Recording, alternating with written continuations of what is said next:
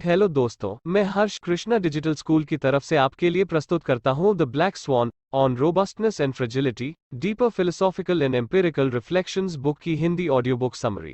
ये book Nassim Nicholas Taleb के द्वारा लिखी गई हैं। वीडियो की शुरुआत करें उससे पहले आप वीडियो को लाइक कर दें और चैनल को सब्सक्राइब करना ना भूलें, इससे मेरा अगला वीडियो आपको आसानी से और जल्दी मिल जाएगा। तो चलिए वीडियो शुरू करते हैं। The Black Swan, the impact of the highly improbable. Introduction. एक जमाने तक इंसान हमेशा इस गलत फहमी में जीता रहा कि दुनिया में सिर्फ सफेद रंग के ही हंस पाए जाते हैं। लेकिन फिर एक दिन ऑस्ट्रेलिया में कुछ लोगों ने काले हंस को देखा। इस एक घटना ने इंसान की नजरिए, उसके अनुभव और ऑब्जर्वेशंस को झूठा साबित कर दिया। फिर यहीं से एक शब्द की शुरुआत हुई जिससे ब्लैक स्वान का नाम दिया गया। ब्लैक स्वान का मतलब यहाँ उन घटनाओं से है जिनके होने की उम्मीद हम कभी नहीं करते। ऐसी घटनाएं अनिश्चितता से भरी होती हैं, जिनका अनुमान लगाना आम लोगों की समझ से बाहर होता है। मगर हर इंसान की इच्छा होती है कि वो ऐसी घटनाओं के बारे में अपनी समझ डेवलप कर सके। इसी समझ को डेवलप करने और आपके ऐसे ही सवालों का जवाब देने के लिए हम आपके लिए लेकर आए हैं नसीम निकोलस तालिब की लिखी किताब द ब्लैक स्वान का सारांश। इंसान का जीवन अनिश्चितताओं से भरा हुआ है। अचानक आने वाली ऐसी सिचुएशन से निपटना किसी भी इंसान के लिए मुश्किल भरा हो सकता है। ऐसी सिचुएशन में घिरने पर इंसान चाहता है कि उसे इस मुश्किल का अंदाजा पहले से ही हो गया होता, तो शायद वो इसकी तैयारी कर लेता और इससे हुए नुकसान से बच जाता। अगर इंसान ऐसी सिचुएशन के लिए पहले से तैयार रहता तो वो न केवल नुकसान होने से खुद को बचा पाता, बल्कि कई बार वो अपना फायदा भी कर लेता है। स्टॉक मार्केट में आने वाले उतार चढ़ाव से कमाई वाले ट्रेडर इस बात का सटीक उदाहरण है। दुनिया में जो भी चीजें आपके साथ घटती हैं या घटने वाली हैं, वो अक्सर रैंडम ही होती हैं। ऐसी घटनाओं के होने की वजह को समझना इतना आसान नहीं है, मगर जब ये घटनाएं घट चुकी होती हैं तब आप ये समझने में सफल हो जाते हैं कि आखिर इनके होने की वजह क्या थी। तब आपको ये घटनाएं कम रैंडम लगती हैं, लेकिन तब भी इंसान के मन में इस रैंडमनेस को पहले से ही समझने की इच्छा होती है। इंसान ऐसा करके अपना समय, एनर्जी और दिमाग खर्च करने से बच सकता है। ये किताब नसीम निकोलस तालिब की ऐसी ही सीखों का कलेक्शन है जिसमें वो अनिश्चितता, रैंडमनेस और ब्लैक स्वान थ्योरी से जुड़ी हुई बातों को हमारे सामने रखते हैं। इसके साथ ही इस किताब में उन लोगों की भी बात की गई है जिनका किस्मत ने साथ नहीं दिया, और वो ऐसे लोगों से पिछड़ गए जिनके साथ उनका लक काम नहीं किया। अक्सर ऐसे लोग उन प्रोफेशंस में मिलते हैं जहां इंसान को ब्रेक की जरूरत होती है। उसके बाद वो एक बार की मेहनत की कमाई से जीवन भर अपनी जेब भरते हैं। इस कैटेगरी में एक्टर, लेखक जैसे लोगों को रखा जाता है। इसके साथ ही इस किताब में हम चर्चा करेंगे समाज में आए उन डिफरेंसेस की, जिसकी वजह से समाज का एक बड़ा भाग एक सीमित हिस्से में ही जीवन गुजारने को मजबूर होता है। हालांकि इस किताब में इसके फायदे भी बताए गए हैं। शुरुआती उतार चढ़ाव। मेडिटेरेनियन सी के किनारे बसे सीरिया और लेबनान जैसे देशों ने सदियों तक हर तरह के समुदाय, समाज और धर्म के लोगों को शेल्टर दिया है। यहाँ के लोगों का व्यापार से जुड़ाव कहीं ज्यादा था। शायद इसीलिए ये लोग समाज में शांति के साथ रहते हैं। हालांकि एक दिन सदियों से चली आ रही इस शांति को क्रिश्चियन और मुस्लिम समाज के लोगों ने भंग कर दिया। जहां एक और इन देशों के शहर, व्यापार और अलग अलग सभ्यताओं का मिला जुला रूप था, वहीं पहाड़ों में जीवन की शुरुआत छोटी छोटी संख्या वाले धर्मों ने की थी जो बाइजेंटाइन एम्पायर से भाग कर आए थे। यूं तो पहाड़ अपने दुश्मनों से छिपने के लिए सबसे सुरक्षित जगह है, लेकिन इसकी शर्त यह है कि आपका दुश्मन भी उन पहाड़ों में रहने के लिए ना लड़ रहा हो। इन पहाड़ों में सभी तरह के क्रिश्चियन धर्म जैसे आर्मेनिया, कैथोलिक और शिया सुन्नी मुसलमान रहते थे। इनके बीच आपसी तालमेल खराब होने से लेबनान को बेहद शांत और यूरोप जैसे देशों से बेहतर समझा जाता था। लेखक नसीम निकोलस तालिब अपने पूर्वजों के बारे में बताते हैं कि उनके नाना और दादा दोनों ग्रीको सीरियन कम्युनिटी से संबंध रखते थे। वो लोग उत्तर सीरिया में बाइजेंटाइन एम्पायर के आखिरी वंशज थे, जिन्हें रोमन या रोमी भी कहा जाता था।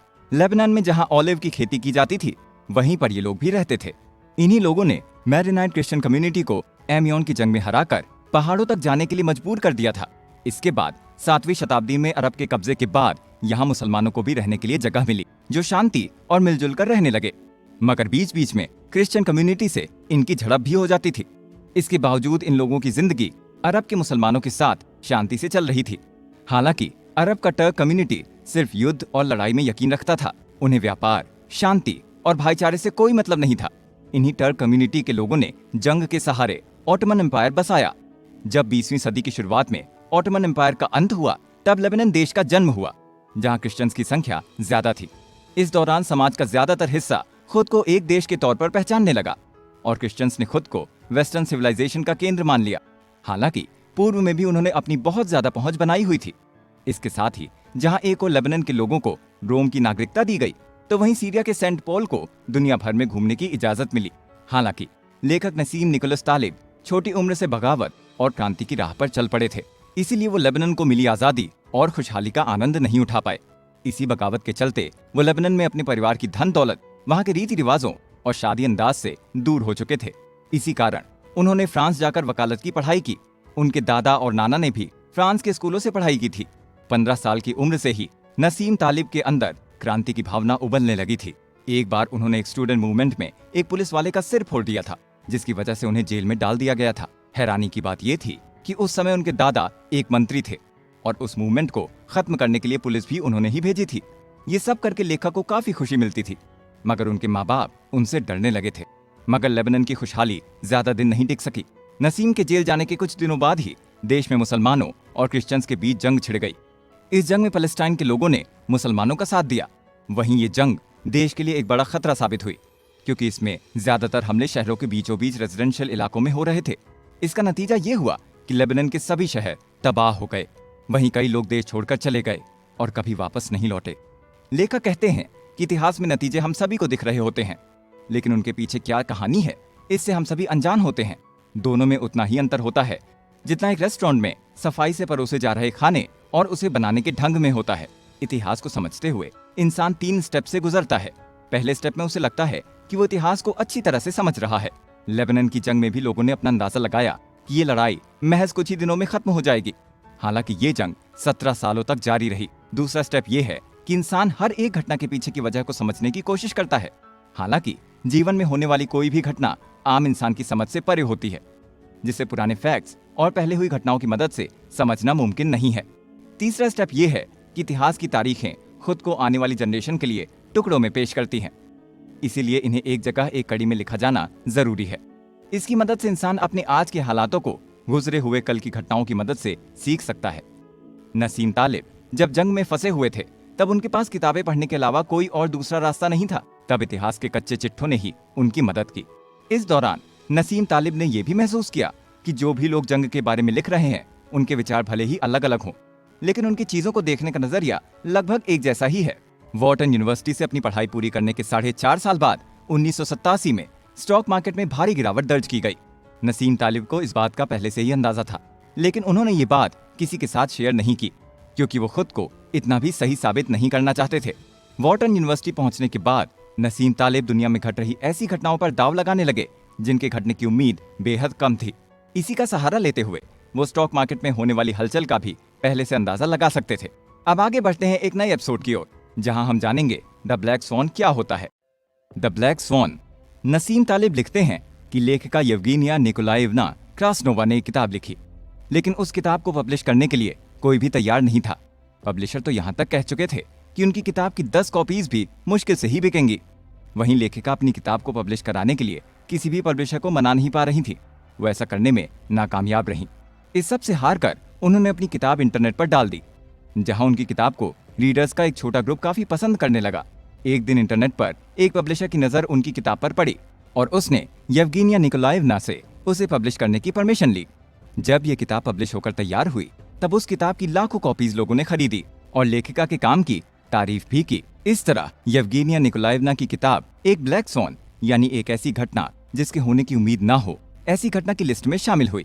नसीम तालिब को यूं तो लोगों ने कई सारी सलाहें दी थी, लेकिन उनमें से कुछ ही उनके काम की साबित हुई। इन्हीं सलाहों में से एक, जिसने नसीम तालिब को ब्लैक स्वॉन थ्योरी की ओर जाने के लिए बढ़ावा दिया, वो वॉर्टन यूनिवर्सिटी में एक स्टूडेंट ने उन्हें दी थी। उसने नसीम से कहा था कि ऐसा प्रोफेशन अपनाओ जिसमें तुम्हें घंटे के हिसाब से पैसा ना मिले और तुम्हारा काम तुम्हारी मेहनत करने की लिमिट से ना गिना जाए। डेंटिस्ट, कंसल्टेंट जैसे पेशों में आपका काम इस बात पर डिपेंड करता है कि आप एक तय समय में कितने लोगों को देख पा रहे हैं। इसके साथ ही आपकी मौजूदगी भी उतनी ही जरूरी होती है। ऐसे प्रोफेशन में भले ही आपकी सैलरी कितनी भी ज्यादा क्यों ना हो, वो लोगों के खिंचाव पर डिपेंड करती है। आपकी कमाई इस बात पर डिपेंड करती है कि आप लगातार कितना काम कर रहे हैं, ना कि इस बात पर कि आपने एक दिन एक शानदार फैसला लिया था जिसकी बदौलत आपकी कमाई आज तक हो रही है। येवगेनिया निकोलाएवना अगर एक टैक्स अकाउंटेंट ही रहती तो शायद इतनी ऊंचाइयों पर ना पहुंच पाती।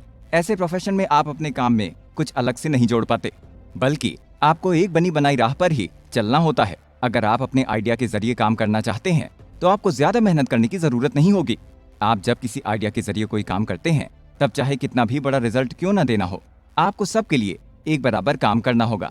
जैसे स्टॉक मार्केट में आप चाहे 100 शेयर खरीदें या 1000 शेयर, आपको बराबर ही काम करना होगा। इसके साथ ही आप ये काम कहीं से भी कर सकते हैं और अगर चाहें तो किसी को ये काम करने के लिए भी रख सकते हैं। फिल्मों के एक्टर, सिंगर, लेखक सभी इस बात के उदाहरण हैं। हालांकि उस स्टूडेंट की ये सलाह पूरी तरह से ठीक नहीं थी, क्योंकि आप एक प्रोफेशन चुनकर जिसमें आपको एक ही चीज पर काम करना होता है, वहां भी आप अच्छी कमाई करने से दूर रह जाएंगे। जब आप ऐसा प्रोफेशन चुनते हैं तो वहां आपके काम को इस बात से नापा जाता है कि आप दूसरों से कितने बेहतर हैं। मान लीजिए कि आप किसी का गाया हुआ गाना सुन रहे हैं, तब आप ऐसा गाना सुनना पसंद करेंगे जो आपको अच्छा लगे या जो बहुत बढ़िया ढंग से गाया गया हो। आप अपना समय और पैसा यूं ही किसी सिंगर पर खर्च नहीं करेंगे। ऐसे प्रोफेशंस में कोई इंसान इतना कामयाब हो जाता है कि वो पूरे बाजार या ऑडियंस पर कब्जा कर लेता है, तो वहीं कोई मामूली सफलता भी हासिल नहीं कर पाता। अमेरिका जैसे देशों में जहां लोगों को बेकार और मैथ्स में फिसड्डी समझा जाता है, वहां के लोग भी टेक्नोलॉजी में पीछे नहीं हैं। अमेरिका के लोग आज सबसे ज्यादा क्रिएटिव हैं। वहां के लोग जूता बनाने से ज्यादा जूता डिजाइन करने में विश्वास रखते हैं।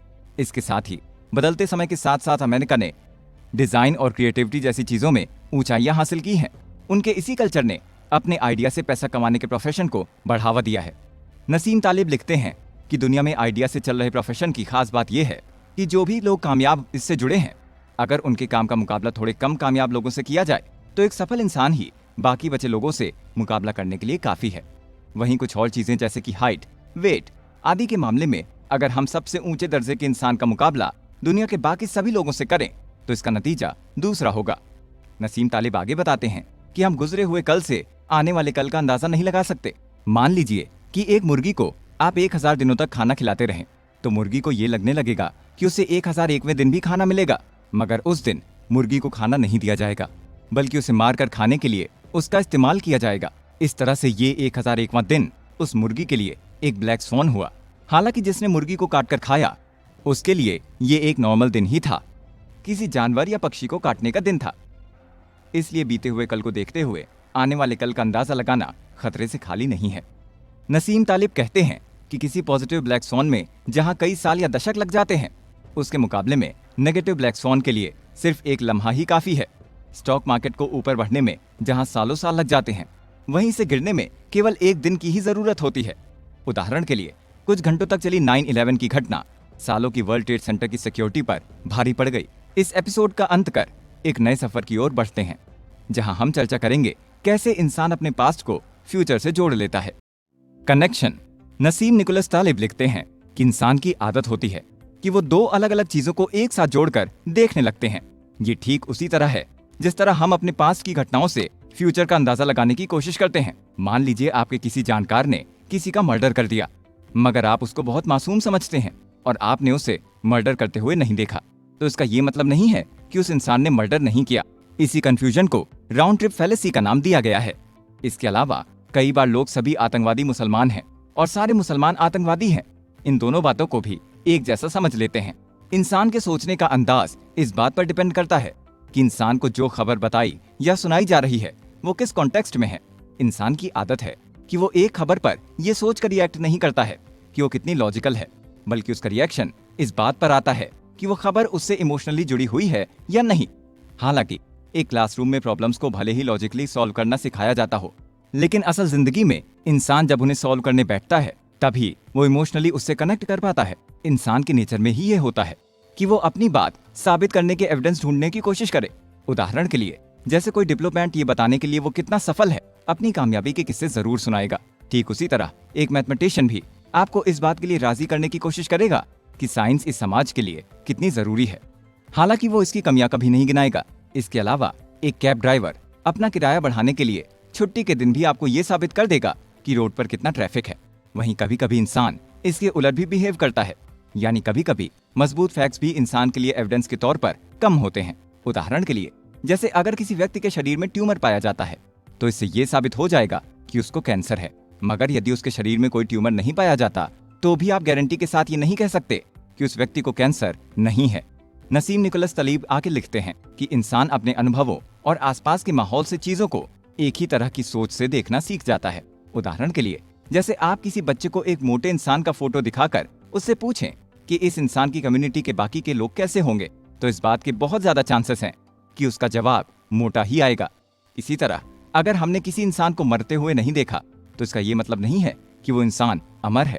वैसे ही यदि हमने किसी इंसान को मर्डर करते हुए नहीं देखा तो इसका ये मतलब नहीं है कि वो इंसान बेगुनाह है। ब्लैक स्वॉन थ्योरी अपने पास्ट से फ्यूचर को ना देखने पर ही जोर देती है। नसीम निकोलस तालिब कहते हैं कि इंसान का नेचर ऐसा है कि वो कभी भी फैक्ट्स को लॉजिकल तरीके से स्वीकार ही नहीं कर सकता जब तक उसे इन फैक्ट्स को किसी उदाहरण के साथ या किसी कहानी के साथ ना परोसा जाए, तब तक वो उन्हें स्वीकार ही नहीं कर पाता। वो सच सुनने के बजाय उसे किसी स्टोरी के साथ जोड़कर उससे जुड़े फैक्ट्स की गहराई या इंटेंसिटी को कम करने की कोशिश करता है। इंसान के इसी नेचर को नसीम निकोलस तालिब ने नैरेटिव फैलेसी का नाम दिया है। वहीं अगर इन फैक्ट्स को किसी उदाहरण के साथ समझाया जाए तो इंसान उनसे ज्यादा जुड़ाव महसूस कर पाता है और उसे इन्हें याद रखने में भी काफी मदद मिलती है। इंसान के इस नेचर का एक कारण ये भी है कि उसके लिए किसी भी जानकारी या फैक्ट को हासिल करना बहुत महंगा होता है। वहीं इसका दूसरा कारण ये भी है कि फैक्ट्स या इंफॉर्मेशन को स्टोर कर पाना बहुत मुश्किल होता है। जब तक उनको किसी कहानी की शक्ल में नहीं ढाला जाएगा तब तक उन्हें याद रखना कठिन होगा। मान लीजिए किसी किताब में कोई रैंडम शब्द डाल दिया जाए तो आप उसका मतलब आसानी से नहीं समझ पाएंगे। इसके लिए ये जरूरी है कि उन शब्दों को एक पैटर्न या सीक्वेंस की शक्ल दी जाए। इसी तरह इंसान जब फैक्ट्स को कहानियों के जरिए समझता है तो वो उनसे एक पैटर्न ढूंढ लेता है जिससे उन्हें याद रखना उसके लिए आसान हो जाता है। इससे ये समझ आता है कि दुनिया कोई रैंडम जगह नहीं है बल्कि इसके पीछे एक पैटर्न है।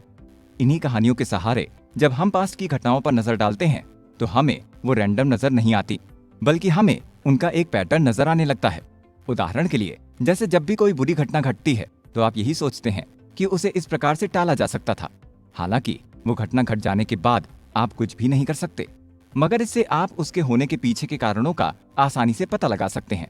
नसीम निकोलस तालिब कहते हैं कि अक्सर इंसान उस चीज के होने या ब्लैक स्वॉन के घटने की उम्मीद करता है जिससे वो खुद जुड़ा हुआ हो और फिर अपने हिसाब से उनके होने के चांस के बारे में पता लगाता है। इसके साथ ही पास्ट में घटी घटनाओं से जुड़ी चीजों के सहारे भी इंसान ब्लैक स्वॉन के चांस का पता लगाने की कोशिश करता है। जैसे किसी चीज या जगह के साथ इंसान का खराब अनुभव रहा है तो उसके मन में हमेशा ये आशंका रहेगी कि कहीं फिर से कोई अनहोनी न हो जाए। इस प्रकार की नैरेटिव फैलेसी से जुड़ी चीजों से तभी निपटा जा सकता है अगर हम स्टोरी से ज्यादा फैक्ट्स पर अधिक ध्यान देने लगे। तो इस एपिसोड का अंत कर अब आगे बढ़ते हैं एक नए एपिसोड की ओर, जहां हम लोगों को उनके प्रोफेशन चुनने से जुड़ी कुछ खास बातों पर चर्चा करेंगे। प्रोफेशन चुनने की राह। नसीम निकोलस तालिब उन प्रोफेशंस जिनमें किसी आइडिया पर काम करना होता है उनके लिए कहते हैं कि इनमें अक्सर इंसान को अपने आसपास के लोगों या परिवार वालों के ही गुस्से का सामना करना पड़ता है, क्योंकि ऐसे प्रोफेशंस में अक्सर रिजल्ट मिलने में वक्त लगता है। जबकि नॉर्मल प्रोफेशन से जुड़े आपके दोस्त और रिश्तेदार आपसे कहीं आगे निकल चुके होते हैं। ऐसे में आपको अपने परिवार या समाज से बेइज्जती मिलने का खतरा बना रहता है। हालांकि लोगों के बहकावे और इस तरह जल्दी रिजल्ट देने के लिए जोर देने वालों से आपको बचना चाहिए और अपने हिसाब से ही अपने आइडिया पर काम करना चाहिए, क्योंकि अगर आपका आइडिया एक बार काम कर गया तो आप अपने सभी साथियों को पीछे छोड़ सकते हैं। आपके लिए इस तरह काम करना ठीक उसी तरह है जैसे आप रोज कुछ ना कुछ पढ़ते हैं। तब तक आप ये उम्मीद करेंगे कि आपको कुछ ना कुछ नया सीखने को मिलता रहे, मगर यदि ऐसा नहीं होता है तो आपकी हिम्मत टूट जाएगी। हमारा समाज इस तरह से बना है कि यहाँ तुरंत रिजल्ट देने को ही कामयाबी माना जाता है। अगर आप भी इसी सोच के साथ आगे बढ़ेंगे तो एक दिन ऐसा आएगा जब आप उम्मीद छोड़ देंगे। नसीम निकोलस तालिब का मानना है कि दुनिया में दो तरह के लोग होते हैं। एक तो वो जिनके लिए जिंदगी में होने वाले बदलाव सरप्राइज की तरह होते हैं, और दूसरे वो जो ऐसे सरप्राइज के लिए पहले से ही तैयार रहते हैं। कुछ सिचुएशन में लोग अक्सर छोटी सी रकम हासिल करने के लिए बड़ी रकम दांव पर लगा देते हैं। वहीं कुछ सिचुएशन में आप बड़ी रकम हासिल करने के लिए छोटी सी कीमत पर दांव लगाते हैं।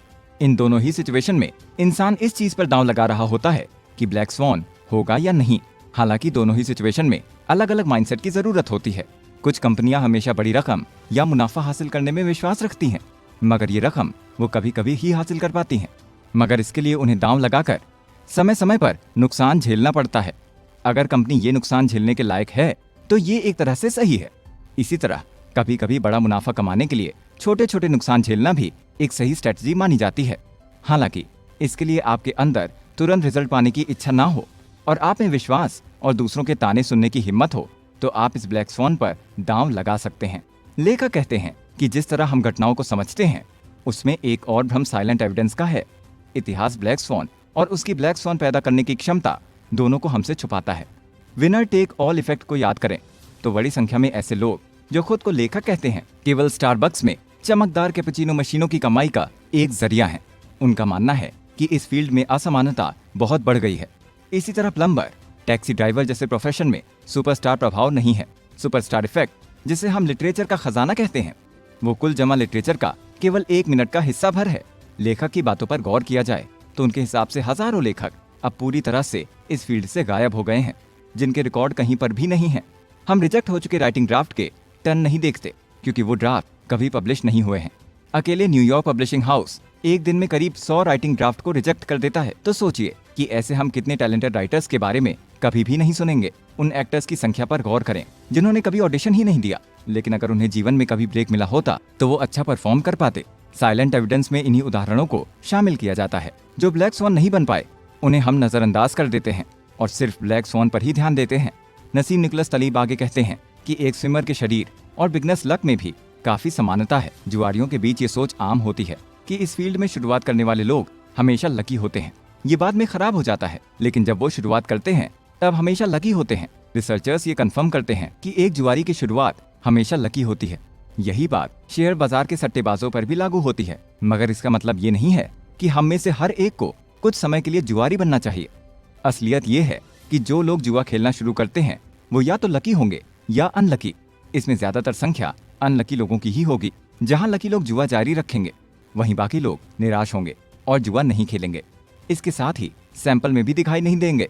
वहीं जुआ जारी रखने वालों को ये याद रखना चाहिए कि वो बिगनर लक के रूप में लकी रहे हैं। आम बोलचाल में जिसे स्विमर का शरीर कहा जाता है उसके साथ एक मान्यता जुड़ी हुई है, जिसके कारण लेखक ने कुछ साल पहले एक गलती की थी। एथलीटों की शारीरिक सुंदरता के बारे में पूछने पर लेखक को अक्सर ये कहा जाता था कि रनर एनोरेक्सिक, साइकिल चालक नीचे से भारी और लिफ्टर्स असुरक्षित और थोड़े रफ दिखते हैं। तब लेखक ने ये अनुमान लगाया कि उन्हें उन बड़ी मसल्स को हासिल करने के लिए न्यूयॉर्क यूनिवर्सिटी के पूल में क्लोरीन में सांस लेने में कुछ समय बिताना चाहिए।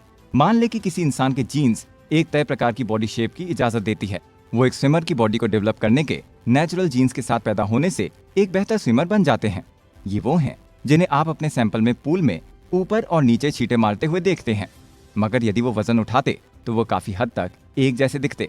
ये एक फैक्ट है कि एक मसल लगभग तभी बढ़ती है जब आप स्टेरॉइड लेते हैं या जिम में एक्सरसाइज करते हैं। लेखक आगे कहते हैं कि साइलेंट एविडेंस को लगातार नजरअंदाज करने से रोजाना लोग मरते हैं।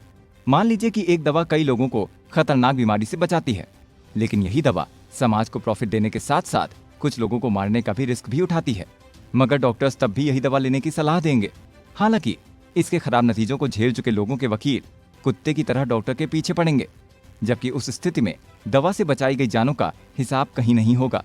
जहां बचाया गया जीवन एक आंकड़ा है, वहीं मरा हुआ इंसान एक किस्सा है। आंकड़े छिप जाते हैं और किस्से रह जाते हैं। इसी तरह ब्लैक स्वॉन का रिस्क भी किसी को दिखाई नहीं देता। साइलेंट एविडेंस पास्ट में लिए गए हमारे रिस्क के बारे में हमारी सोच को कम करता है। आपका जीवन एक गंभीर खतरे में आ गया था, लेकिन इससे बचने के बाद हम इस बारे में कम सोचते हैं कि उस वक्त वो सिचुएशन कितने रिस्क से भरी थी। लेखक कहते हैं कि हमारे अंदर बैठा कैसेनोवा, जो रिस्क लेने का जीन है, वो हमें रिजल्ट में आने वाले बदलावों से अनजान बनाकर रिस्क लेने के लिए मोटिवेट करता है। हमें बेहिसाब रिस्क लेने का स्वाद विरासत में मिला है। वास्तव में देखा जाए तो फाइनेंशियल डेवलपमेंट ऐसे रिस्क लेने से ही आता है, मगर आपने रिजल्ट से बेखबर होकर रिस्क लिया। वाकई बेवकूफ़ी भरा काम है। साइकोलॉजिस्ट डैनी कानमैन ने हमें इसका सबूत दिया है कि हम आमतौर पर रिस्क से नहीं बल्कि अनजान और कम जानकारी के कारण लिए गए रिस्क से अपना नुकसान कर बैठते हैं। इस एपिसोड को खत्म करते हुए बढ़ते हैं अपने अगले एपिसोड की ओर। आप सुनते रहिए नसीम निकोलस तलीब की किताब द ब्लैक स्वॉन का पुस्तक सारांश। इंसान की लिमिट। किताब के लेखक नसीम निकोलस तलीब कहते हैं कि इंसान जो कुछ भी देखता है उस पर अधिक जोर देता है और जो कुछ भी साफ नहीं है वो उसे अनदेखा कर देता है। वो आगे कहते हैं कि जो कुछ हुआ है उसके बारे में हम लगातार चिंता करते हैं, लेकिन आमतौर पर कुछ ऐसा अनदेखा कर देते हैं जो हो सकता था लेकिन हुआ नहीं। उनके मुताबिक ल्यूडिक फैलेसी एक ऐसी सोच को बयान करती है जिसमें यह कहा गया है कि असल जिंदगी और क्लासरूम जैसे वातावरण के बीच बहुत कम संबंध है। तालिब कहते हैं कि अगर इंसान अपनी लिमिट को पता करने में नाकामयाब होता है तो एक ऐसी सिचुएशन जिसकी उम्मीद ना हो उसके लिए तैयार होने की ताकत भी उसमें कम हो जाती है। लेखक कहते हैं कि किसी भी इंसान के दो पहलू होते हैं। सबसे पहला वो जो हम सोचते हैं या जानते हैं, उसके बारे में हम साफ तौर से काफी घमंडी होते हैं। हम वाकई बहुत कुछ जानते हैं, लेकिन हमारे पास ये सोचने का नेचर है कि हम असलियत में जितना जानते हैं उससे ज्यादा ही हमें पता है, जो कभी कभी सीरियस सिचुएशंस में डालने के लिए काफी है। दूसरा पहलू ये है कि हमारे फ्यूचर से जुड़ी सभी एक्टिविटीज में इस घमंड का असर साफ दिखता है। लेखक का ये मानना है कि किसी रैंडम या नॉन रैंडम अनुमान के बीच कोई खास अंतर नहीं होता, जैसे कि किसी व्यक्ति के पास किसी बारे में जानकारी की कमी होना। उदाहरण के लिए जैसे रूस की क्वीन कैथरीन द ग्रेट के लवर्स की संख्या का पता लगाना और अनएम्प्लॉयमेंट रेट या अगले साल के शेयर बाजार का अनुमान लगाना। दोनों में कोई खास फर्क नहीं है। दोनों ही सिचुएशंस में अनुमान लगाना और भविष्यवाणी करना एक ही बात है। अनुमान लगाने और भविष्यवाणी करने के बीच संबंध की और ज्यादा जानकारी हासिल करने के लिए मान लीजिए कि रूस की क्वीन कैथरीन के प्रेमियों की संख्या को जानने की कोशिश करने के बजाय आपको आने वाले सालों में पॉपुलेशन बढ़ने जैसे ज्यादा महत्वपूर्ण सवाल, stock market return, social security deficit, तेल की कीमत, आपके परदादा की संपत्ति के बिकने के नतीजे, या अब से 2 दशक बाद ब्राजील की क्लाइमेट सिचुएशन, या अगर आप येवगेनिया क्रास्नोवा की किताब के पब्लिशर हैं तो आपको फ्यूचर की बिक्री का अनुमान लगाने की जरूरत हो सकती है। जरा इस बात पर विचार करें कि अनुमान लगाने वाले प्रोफेशनल्स भी कई मेंटल स्ट्रेस से गुजरते हैं। इसके साथ ही आपको ये सुनकर भी हैरानी हो सकती है कि लर्निंग, एजुकेशन और एक्सपीरियंस घमंड पर वाकई असर करते हैं। दूसरे शब्दों में कहें तो जानकारी किसी भी तरह का ज्ञान हासिल करने के लिए रुकावट बन सकती है। जैसे कि अरस्तु ओनासिस, जो कि एक बिजनेस टाइकून थे, अमीर होने और अमीरी दिखाने के लिए मशहूर थे। वो दक्षिण टर्की से अर्जेंटीना गए और उन्होंने वहां तंबाकू बेचकर पैसे कमाए। इसके बाद वो एक शिपिंग मैग्नेट बन गए। वहीं जब उन्होंने अमेरिकी राष्ट्रपति जॉन एफ कैनेडी की विधवा जैकलीन कैनेडी से शादी की तो लोग उनसे काफी नाखुश थे। इसी तरह अगर आप ओनासिस की जिंदगी को गौर से पढ़ें तो आप एक दिलचस्प चीज देखेंगे, वो है पुराने तौर तरीकों से काम ना करना। उन्होंने अपनी डेस्क रखने की भी तकलीफ नहीं उठाई। ऑफिस की तो बात ही छोड़ दीजिए। वो न केवल एक ट्रेडर थे जिसको किसी ऑफिस की जरूरत नहीं थी, बल्कि उन्होंने खुद का एक शिपिंग एम्पायर भी चलाया जिसके लिए दिन रात निगरानी की जरूरत होती है। फिर भी उनका मुख्य टूल एक नोटबुक था जिसमें उनकी जरूरत की सारी जानकारी लिखी होती थी। ओनासिस ने अपना जीवन अमीर और मशहूर लोगों के साथ रिश्ते बनाने में बिताया। वो आमतौर पर दोपहर में उठते थे। अगर उसे कानूनी सलाह की जरूरत होती तो वो अपने वकीलों को पेरिस के किसी नाइट क्लब में दोपहर 2 बजे बुलाता। ऐसा कहा जाता है कि उनके पास एक अलग जादू था जिसने उसे लोगों का फायदा उठाने में मदद की। अब चलिए इस किस्से से आगे बढ़ते हैं। ओनासिस की कामयाबी और उसके काम करने के तरीके के बीच लिंक बनाने को हम रैंडम तरीके से लोगों की आंखों में धूल झोंकने का असर कह सकते हैं। तो इससे हमें ये पता चलता है कि काम के बारे में हद से ज्यादा जानकारी भी बेकार ही होती है। लेखक कहते हैं कि हम लोगों के साथ समस्या ये है कि हमारे आइडियाज बहुत बंधे हुए हैं। एक बार जब हम कोई आइडिया या थ्योरी तैयार कर लेते हैं तो हम अपनी सोच को बदलने की गुंजाइश नहीं रखते। इसलिए जो लोग अपनी थ्योरी को डेवलप करने में देरी करते हैं उनके लिए ये बेहतर रहता है।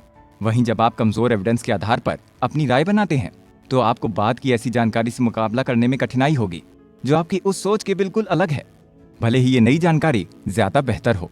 ये एपिसोड यहीं खत्म करते हैं और आगे बढ़ते हैं एक नए एपिसोड की ओर, जहां हम रूबरू होंगे कि कैसे अनजाने में पाई गई चीजों से कैसे दुनिया को नई दिशा मिली, क्या खोजा क्या पाया।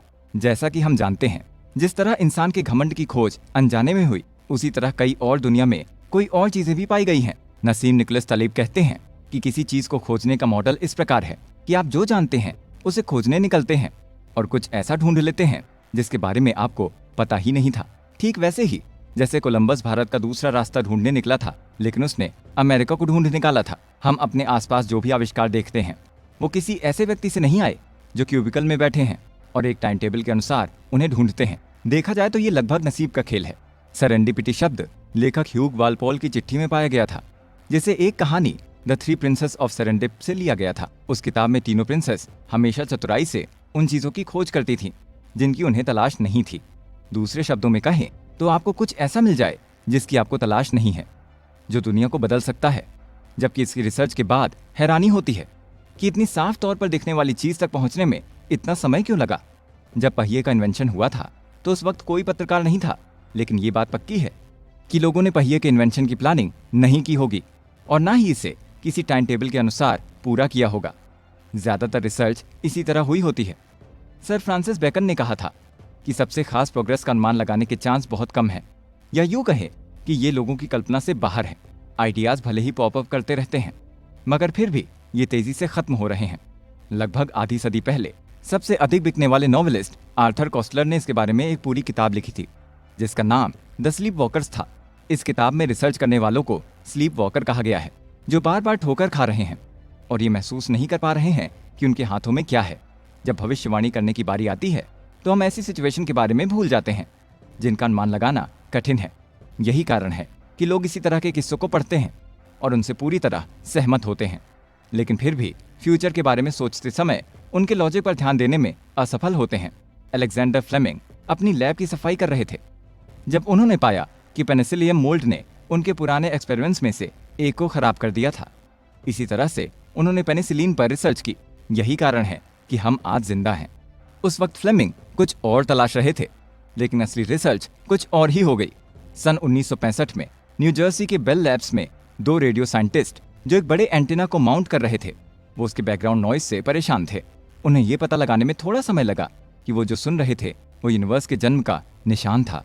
इस खोज ने बिग बैंग थ्योरी को फिर से जिंदा कर दिया। लेखक कहते हैं कि इंजीनियर नए डिवाइस डेवलप करने की खुशी के चलते कई नई चीजें बनाते हैं, इसलिए नहीं कि वो ऐसा करके नेचर के राज से पर्दा उठा सकें। सच कहें तो कभी कभी यही डिवाइस वाकई कारगर साबित भी होती है। कंप्यूटर को नई चीजें और जियोमेट्री को डेवलप करने के लिए नहीं बनाया गया था, बल्कि इसे किसी दूसरे मकसद के लिए बनाया गया था। हालांकि इसका इस्तेमाल कैलकुलेशन में भी किया जाने लगा। इसी तरह साइबेरिया में दोस्तों के साथ चैट करने देने के लिए कंप्यूटर का इन्वेंशन नहीं किया गया था, मगर इसके बावजूद इसने कई लंबी दूरी के रिश्तों को जन्म दिया है। लेजर का इन्वेंशन भी उन कामों के लिए नहीं किया गया था जिनके लिए आज इसका इस्तेमाल होता है। इसे बनाते समय कोई उद्देश्य नहीं था, लेकिन धीरे धीरे इसका इस्तेमाल होने लगा और आगे चलकर इसका यूज बढ़ने लगा। यानी हम कह सकते हैं कि हम खिलौने बनाते हैं, जिनमें से कुछ खिलौने दुनिया बदल देते हैं। नसीम निकोलस तलीब कहते हैं कि एक परफेक्ट दुनिया का आइडिया हर किसी के पास होता है। कई लोगों के लिए इसका मतलब समानता, न्याय, जुल्मों और काम से आज़ादी होता है। हालांकि लेखक के मुताबिक परफेक्ट दुनिया यानी यूटोपिया एक ऐसा समाज है जिसमें लोग अपनी नॉलेज से ज्यादा इस बात की अधिक जानकारी रखें कि उन्हें क्या नहीं पता है। अपनी कमियों की समझ और जानकारी के आधार पर बना समाज ही इस दुनिया में शांति फैला सकता है, ना कि ज्ञान के आधार पर बना हुआ। हालांकि ऐसा कम ही होता है कि कोई अपनी कमियां स्वीकार करके हक पाने का दावा करे। लोगों को बस ज्ञान से अंधे होने की जरूरत है। हमें ऐसे नेताओं को फॉलो करने के लिए बनाया गया है जो लोगों को एक साथ जोड़ सकते हैं, क्योंकि ग्रुप्स में रहने के फायदे अकेले होने के नुकसान पर भारी पड़ते हैं। सही दिशा में अकेले रहने की तुलना में गलत दिशा में एक साथ बंधना हमारे लिए अधिक फायदेमंद रहा है। जिन लोगों ने अपनी परख करने वाले अक्लमंद इंसान के बजाय ना मानने वाले बेवकूफों को फॉलो किया है, उनके कुछ जीन्स हम सबको मिले हैं। ब्लैक स्वॉन असिमेट्री भी आपको इस बारे में पक्का होने की इजाजत देती है कि क्या गलत है, ना कि उसके बारे में जिसे आप सही मानते हैं। ब्रिटिश फिलोसोफर कार्ल पॉपर से एक बार पूछा गया था कि क्या कोई जो झूठा है, क्या उसको कोई झूठा साबित कर सकता है। इस पर उन्होंने मजाक भरे अंदाज में कहा कि उन्होंने स्टूडेंट्स को अपने लेक्चर में ज्यादा अक्लमंदी भरे सवाल पूछने के लिए बाहर निकाल दिया था। नसीम निकोलस तलीब कहते हैं कि कुछ सच केवल बच्चों पर असर करते हैं।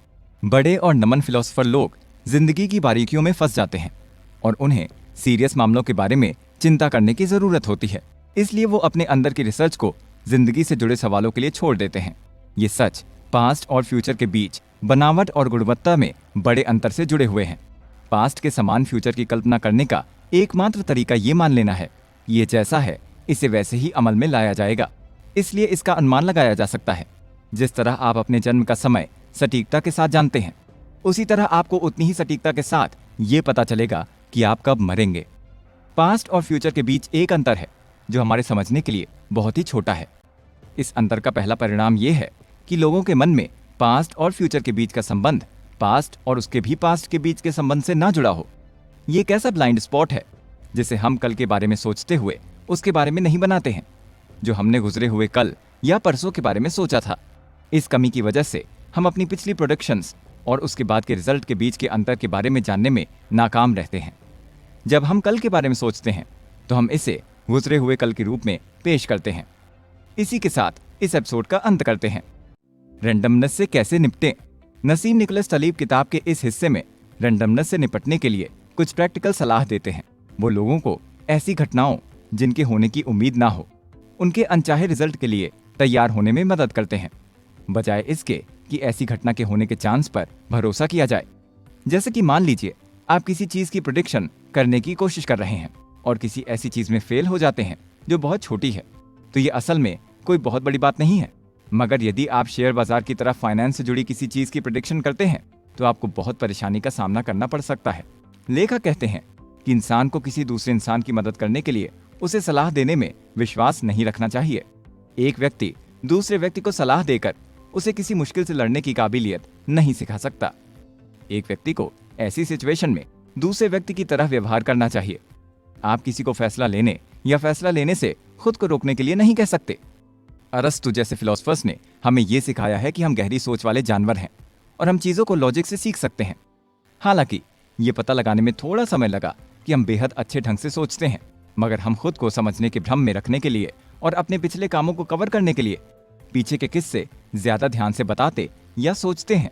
लेखक कहते हैं कि वो इंसानों को निश्चित रूप से बाकी कई जानवरों से ऊपर रखेंगे, लेकिन वो उसे उस एक आइडियल ओलंपियन इंसान के बराबर अभी भी नहीं रख सकते जो फिलोसॉफिकल आइडियाज को सोच और समझ सकता है और उसके अनुसार काम कर सकता है। अगर फिलॉसफी वास्तव में इतना असर करती तो शायद लोकल बुक स्टोर में बने सेल्फ हेल्प बुक सेक्शन वाकई इंसानों की मदद करने के काम आता। नसीम लिखते हैं कि एक व्यक्ति के लिए छोटा सा सबक यह है कि वो इंसान बने।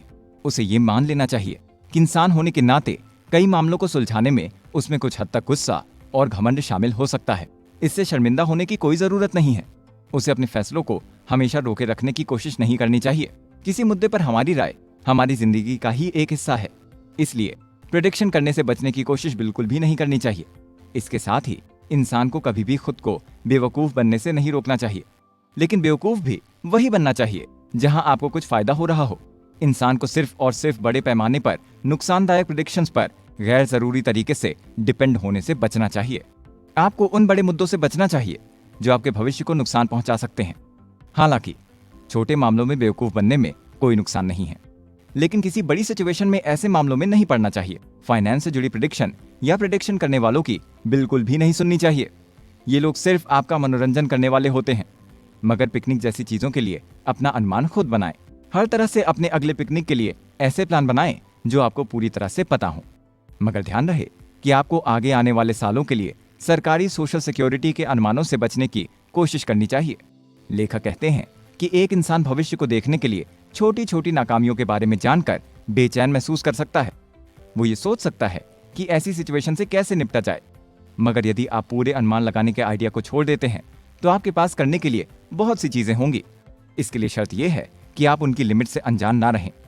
ये जानते हुए कि आप प्रेडिक्शन नहीं कर सकते, इसका मतलब ये नहीं है कि आप ऐसी घटनाओं जिनके होने की उम्मीद नहीं है उनसे नुकसान होने से नहीं बच सकते, बल्कि इससे आप अपना फायदा भी कर सकते हैं। इस सिचुएशन से निपटने के लिए इंसान को तैयार रहना चाहिए। किसी छोटी सोच से निकली प्रेडिक्शन का एनाल्जेसिक यानी मानसिक असर जरूर होता है। मैजिकल नंबर जैसी चीजों से भी इंसान को बचने की कोशिश करनी चाहिए। हालांकि आपको किसी भी सिचुएशन से मुकाबला करने से कभी पीछे नहीं हटना चाहिए। लोग अक्सर नुकसान के लिए शर्मिंदा होते हैं, इसलिए वो ऐसी स्ट्रेटजी में शामिल हो जाते हैं जो होती तो बहुत बैलेंस्ड है, लेकिन बड़े नुकसान का जोखिम रखती है। जापानी संस्कृति में जो रैंडमनेस के अनुकूल नहीं है और ये समझने में बुरी तरह फेल हो जाता है कि खराब परफॉर्म करने से बैड लक आ सकता है, वो नुकसान किसी की भी इज्जत को गंभीर रूप से खराब कर सकता है। लोग ऐसी सिचुएशन से नफरत करते हैं जो हर वक्त बदलती रहती है। इस प्रकार से लोग ब्लो अप के कांटेक्ट में आने वाली स्ट्रेटजी में शामिल होते हैं, जिससे बड़े नुकसान के बाद कभी कभी वो सुसाइड भी कर सकते हैं। इसके अलावा अनस्टेबिलिटी और रिस्क के बीच चलता ये ट्रेंड करियर में स्टेबिलिटी का एहसास कराता है, जैसे कि सन 1990 के दशक तक IBM में नौकरी। हालांकि जब किसी एम्प्लॉई को काम से हटा दिया जाता है तब उस एम्प्लॉई को पूरी तरह से निराशा का सामना करना पड़ता है। वो ये सोचने लगता है कि वो अब किसी और चीज के लिए ठीक नहीं है। दूसरी ओर कंसल्टेंट्स के पास एक ऐसी इनकम होती है जो गिरती और बढ़ती रहती है, क्योंकि उनके ग्राहकों की कमाई ऊपर और नीचे जाती है, लेकिन उन्हें भूख से मरने के रिस्क का कम ही सामना करना पड़ता है। इसका एक कारण यह है कि उनके स्किल डिमांड से मेल खाते हैं। कई बार उतार चढ़ाव जरूर आता है, लेकिन इनकम का जरिया डूबता नहीं है। इसी तरह डिक्टेटरशिप जो अस्थिर दिखाई नहीं देती, जैसे सीरिया या सऊदी अरब, वो भी लोगों के गुस्से के एक बड़े रिस्क का सामना करती है। लेखक कहते हैं कि अगर आप ये जानते हैं क्या प्रिडिक्शन में होने वाली गलतियों से डरते हैं? और अगर आप ये भी मानते हैं कि आप ब्लैक स्वॉन की वजह से ज्यादातर रिस्क को तोलने वाले प्लान भी गलती कर बैठते हैं, तो आपकी स्ट्रेटजी पुरानी और मजबूत होनी चाहिए, न कि ढीली और सुस्त। अपने पैसों को मीडियम रिस्क इन्वेस्टमेंट में लगाने के बजाय आपको उनके किसी एक हिस्से यानी 85 से 90% तक को एक सेफ तरीके से इन्वेस्ट करने की जरूरत है। सुरक्षित इन्वेस्टमेंट जैसे कि ट्रेजरी बिल और बाकी कई इन्वेस्टमेंट के तरीके जिन्हें आप ढूंढ पाएं, उनमें इन्वेस्ट करने की सोच सकते हैं। बाकी का बचा हुआ 10 से 15% हिस्सा आप ज्यादा रिस्क वाले तरीकों में इन्वेस्ट करके दांव पर लगाएं, जैसे ऑप्शंस, फ्यूचर्स वगैरह से जितना हो सके उतना लाभ उठाएं। इस तरह आप रिस्क मैनेजमेंट की गलतियों पर डिपेंड नहीं रहेंगे और कोई भी ब्लैक स्वॉन आपको बिल्कुल भी चोट नहीं पहुंचा सकेगा, क्योंकि अब आपके पास ज्यादा सुरक्षित इन्वेस्टमेंट है। अगर आपके पास एक स्पेकुलेटिव पोर्टफोलियो है तो आप अपने इस 15% से अधिक के नुकसान के खिलाफ बीमा भी कर सकते हैं। आप अपने रिस्क को क्लिपिंग कर रहे हैं, जो आपके लिए नुकसानदायक है। मीडियम रिस्क होने के बजाय अब आपके पास एक तरफ हाई रिस्क है और दूसरी तरफ कोई रिस्क नहीं है। इस तरह से आपका एवरेज रिस्क मीडियम हो जाएगा, जो कि ब्लैक स्वॉन के लिए पॉजिटिव एक्सपोजर तैयार करेगा। इस एपिसोड का यहीं अंत करते हैं और चलते हैं एक नए एपिसोड की ओर, जहां हम रूबरू होंगे दुनिया में फैली इनइक्वालिटी से। किसको कितना मिला? किताब के इस हिस्से में लेखक हमारी जिंदगी की कुछ फील्ड में पैदा होने वाली असमानताओं के बारे में बात करते हैं। इसके लिए खेलों को एक उदाहरण के रूप में लेकर समझा जा सकता है। जब खिलाड़ी किसी टूर्नामेंट में खेलते हैं तो जो जीतता है उसे तब भी इनाम मिलता है जब वो बाकी खिलाड़ियों से केवल थोड़ा ही बेहतर होता है। ये टूर्नामेंट इफेक्ट बाकी फील्ड पर भी लागू किया जा सकता है, जिसमें किताबों की सेल्स, रिसर्च साइंटिस्ट और अमीर लोग शामिल हैं। इसके साथ ही लेखक रॉबर्ट के मेर्टन के मैथ्यू इफेक्ट के प्रिंसिपल का भी जिक्र करते हैं। नसीम निकोलस तलीब लिखते हैं कि उन्होंने अपनी पूरी जिंदगी रैंडमनेस को जानने और उससे नफरत करने में बिता दी। जितना ज्यादा समय बीतता गया उतनी ही बुरी चीजें उन्हें लगती गईं।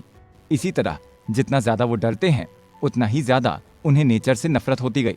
जितना ज्यादा वो अपने किसी विषय के बारे में सोचते हैं, उन्हें इस बात का सबूत मिल जाता है कि हमारे दिमाग में जो दुनिया है वो बाहर वाली दुनिया से अलग है। हर सुबह दुनिया उन्हें एक दिन पहले की तुलना में ज्यादा रैंडम मालूम होती है और इंसान पिछले दिन की तुलना में ज्यादा बेवकूफ लगने लगते हैं।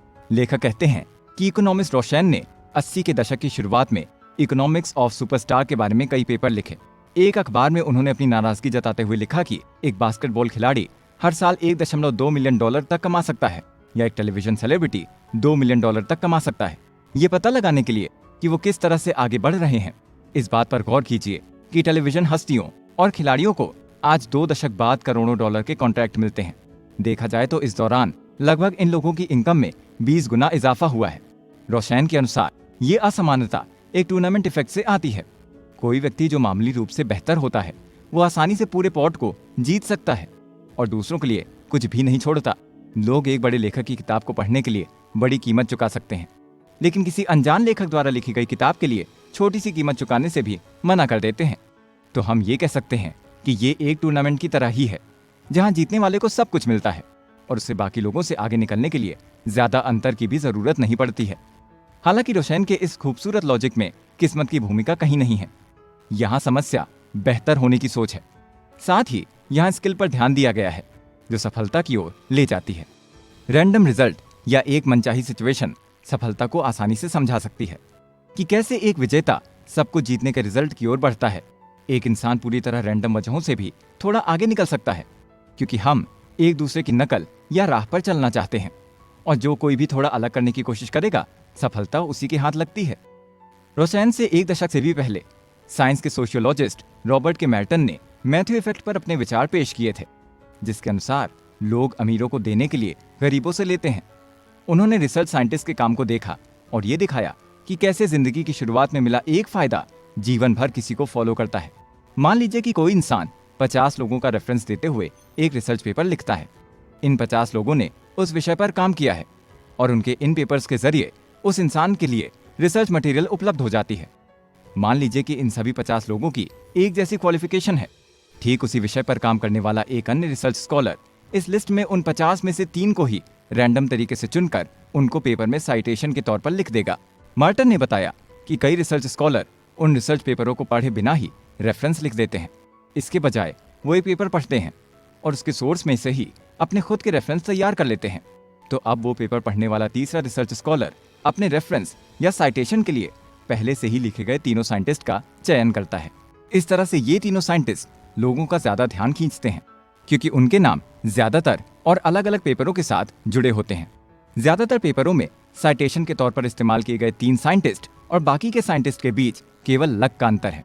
उन्हें शुरू में उनके बेहतर स्किल्स के लिए नहीं चुना गया था, बल्कि इसलिए चुना गया था कि जिस तरह से उनके नाम पुराने पेपर्स में दिखाई दिए थे, रैंडम तरीके से बनी इस इज्जत के कारण ये सफल एकेडमिशियंस और साइंटिस्ट आगे भी पेपर लिखते रहेंगे और उनके काम को पब्लिश करने के लिए आसानी से स्वीकार भी किया जाएगा। यानी कि ये कहा जा सकता है कि एकेडमिक सफलता एक लॉटरी की तरह है। रिसर्च की दुनिया में इज्जत के असर की जांच करना आसान है। एक तरीका यह होगा कि उन पेपरों को ढूंढा जाए जो मशहूर साइंटिस्ट द्वारा लिखे गए थे। अगर उनके लेखकों की पहचान गलती से बदल दी जाए तो उन्हें रिजेक्ट होते देर नहीं लगेगी। आप ये चेक कर सकते हैं कि लेखकों की असली पहचान मालूम होने के बाद उनमें से ज्यादातर को रिजेक्शन के बाद उलट दिया जाएगा। ध्यान दें कि रिसर्च स्कॉलर को ज्यादातर इस बात पर परखा जाता है कि उनके काम को बाकी लोगों के काम में कितनी बार रेफर किया जाता है और इसी तरह एक दूसरे को रेफर करने वाले लोगों के ग्रुप बनते हैं। अंत में जिन लेखकों को रेफर नहीं किया जाता वो सरकार या माफिया के लिए या वॉल स्ट्रीट फर्म के लिए रिसर्च की दुनिया से बाहर हो जाएंगे। जिन लोगों को अपने रिसर्च करियर की शुरुआत में एक अच्छा पुश मिलेगा उन्हें जिंदगी भर लगातार फायदा मिलता रहेगा। ठीक वैसे ही जैसे अमीरों के लिए अमीर बनना आसान होता है और मशहूर इंसान के लिए ज्यादा मशहूर होना। सोशियोलॉजी में मैथ्यू इफेक्ट को क्यूमुलेटिव एडवांटेज के नाम से जाना जाता है। ये प्रिंसिपल कंपनियों, बिजनेसमैन, एक्टर्स, लेखकों और पिछली सफलता से फायदा उठाने वाले किसी भी इंसान पर आसानी से लागू हो सकता है। इसी तरह नाकामयाबी भी जमा होती रहती है। पास्ट में हार का सामना कर चुके लोगों के फ्यूचर में भी हारने के चांस होते हैं। अगर हम मनोबल गिरने के असर को ध्यान में ना रखें तो भी हारने के चांसेस ज्यादा हैं। मनोबल गिरने से फेल होने के चांस और बढ़ जाते हैं। अब आगे बढ़ते हैं एक नए एपिसोड की ओर, जहां हम जानेंगे कि कैसे इंसान अपनी ऑब्जर्वेशंस को एक सीमा में बांध लेता है। ऑब्जर्वेशन किताब के इस हिस्से में लेखक Nassim Nicholas Taleb bell curve के असर पर चर्चा करते हैं। वो कहते हैं कि हमारी ज्यादातर ऑब्जर्वेशन ऑर्डिनरी चीजों के इर्द गिर्द ही घूमती है। जब आप एवरेज से दूर होते हैं तो आपके भटकने के चांस तेजी से कम हो जाते हैं। वो कहते हैं कि बेल कर्व को जिंदगी के किसी भी हिस्से के लिए लागू किया जा सकता है। तो आइए जानते हैं इस बेल कर्व के बारे में। जैसा कि हमने बताया कि इंसान की ज्यादातर ऑब्जर्वेशन एक ऑर्डिनरी पॉइंट के इर्द गिर्द ही घूमती है, मगर जैसे जैसे हम एक एवरेज पॉइंट से आगे बढ़ते हैं तो हमारी ऑब्जर्वेशन में सुधार या यूं कहें कि भटकाव आना बंद हो जाता है। इसे समझने के लिए हम इंसान की हाइट का उदाहरण ले सकते हैं। मान लीजिए कि एक आदमी और औरत की एवरेज हाइट 1.67 मीटर या 5 फीट 7 इंच है। हम यहाँ 10 सेंटीमीटर को भटकने की एक यूनिट मानकर चल रहे हैं। जैसे ही हम एक एवरेज हाइट में 10 सेंटीमीटर बढ़ाते जाएंगे, हमारी ऑब्जर्वेशन यानी उस हाइट की रेंज के लोगों की गिनती घटती जाएगी। एवरेज हाइट में महज 60 सेंटीमीटर जोड़ने पर हम ये पाएंगे कि ऑब्जर्वेशन की संख्या 1 बिलियन लोगों में 1 है, तो वहीं 70 सेंटीमीटर जोड़ने पर यह संख्या 780 बिलियन लोगों में 1 रह जाती है। आइए हम जिंदगी में पाए जाने वाले इस इनइक्वालिटी के नेचर को और बारीकी से देखते हैं। गाउसी फ्रेमवर्क में इनइक्वालिटी के घटने के रेट के बढ़ते रहने के कारण इनइक्वालिटी कम हो जाती है और डिफरेंस बड़ा हो जाता है। हालांकि स्केलेबल फ्रेमवर्क के साथ ऐसा नहीं है। यहाँ असमानता पूरे समय एक जैसी रहती है। सुपर रिच के बीच भी यही असमानता है कि जो साधारण अमीरों के बीच की असमानता है कि ये कम नहीं होती। इस इफेक्ट पर गौर करें तो उदाहरण के तौर पर अमेरिका की जनसंख्या से किन्हीं 2 इंसानों का रैंडम तरीके से सैंपल लीजिए। ध्यान रहे कि सैंपल में लिए गए दोनों इंसानों की कुल सालाना इनकम $1 मिलियन होनी चाहिए। अब सोचिए कि उन दोनों की कुल इनकम के अलग अलग होने पर एक इंसान की इनकम कितनी हो सकती है। आम सोच के मुताबिक दोनों की इनकम $500 मिलियन होने के चांस सबसे ज्यादा है। हालांकि ऐसा नहीं है कि इनमें एक की इनकम $50,000 मिलियन और दूसरे की इनकम $9.5 लाख होगी। किताबों की सेल्स को लेकर सिचुएशन और भी ज्यादा एक तरफा है। अगर आपसे कहा जाए कि 2 लेखकों ने अपनी किताबों की कुल 10 लाख कॉपियां बेची हैं, तो सबसे ज्यादा चांस इस बात के हैं कि एक ने 9,93,000 कॉपियां और दूसरे लेखक की किताब की 7,000 कॉपियां ही बिकी होंगी। इस बात के चांस बहुत कम होंगे कि दोनों की किताबों की 5 लाख कॉपियां बिकी होंगी। किसी भी बड़े जोड़ के लिए ब्रेकडाउन ज्यादातर ऊपर नीचे ही होगा। हाइट की प्रॉब्लम इस बात का एक और उदाहरण देती है। अगर आपसे कहा जाए कि 2 लोगों की कुल हाइट 14 फीट है, तो इस बात के ज्यादा चांसेस हैं कि आप दोनों की हाइट को 7-7 फीट के जोड़ में बताएंगे, ना कि 2 फीट और 12 फीट के। आइए अब असमानता के 80-20 नियम के बारे में जानते हैं, जो पावर लॉ का सिग्नेचर माना जाता है। एक बार विल्फ्रेडो पोर्टो ने यह ऑब्जर्व किया कि इटली में 80% जमीन पर सिर्फ 20% लोगों का ही हक है। कुछ लोग इस उदाहरण का उपयोग ये बताने के लिए करते हैं कि 80% काम 20% लोगों द्वारा किया जाता है, या 80% की मेहनत के काम से केवल 20% रिजल्ट में योगदान होता है, या फिर 20% लोगों की मेहनत से 80% काम होते हैं। यूं तो इसे आसानी से 50-1 नियम कहा जा सकता है, यानी 50% काम 1% मजदूरों द्वारा किया जाता है। हालांकि ये लॉ दुनिया को अलग तरीके से पेश करता है, मगर फिर भी ये दोनों लॉ बिल्कुल एक जैसे हैं। इसे ऐसे समझ सकते हैं कि अगर असमानता है तो जो 80-20 के नियम में 20% में शामिल हैं, वो भी असमान रूप से योगदान करते हैं। उनमें से केवल कुछ ही रिजल्ट में योगदान का बड़ा हिस्सा देते हैं। ये कुल मिलाकर इस तरह है कि 100 में से लगभग एक इंसान ही आधे से ज्यादा योगदान देता है। 80-20 नियम तो केवल ना के बराबर इस्तेमाल किया जाता है। असल में असमानता इससे कहीं ज्यादा है। अमेरिका के बुक बिजनेस में इस नियम का रेशियो 97-20 के बराबर है, यानी 97% किताबों की सेल्स 20% लेखकों द्वारा की जाती है। अगर आप साहित्यिक नॉन फिक्शन की बात करें तो उसमें यह सिचुएशन और भी बुरी है।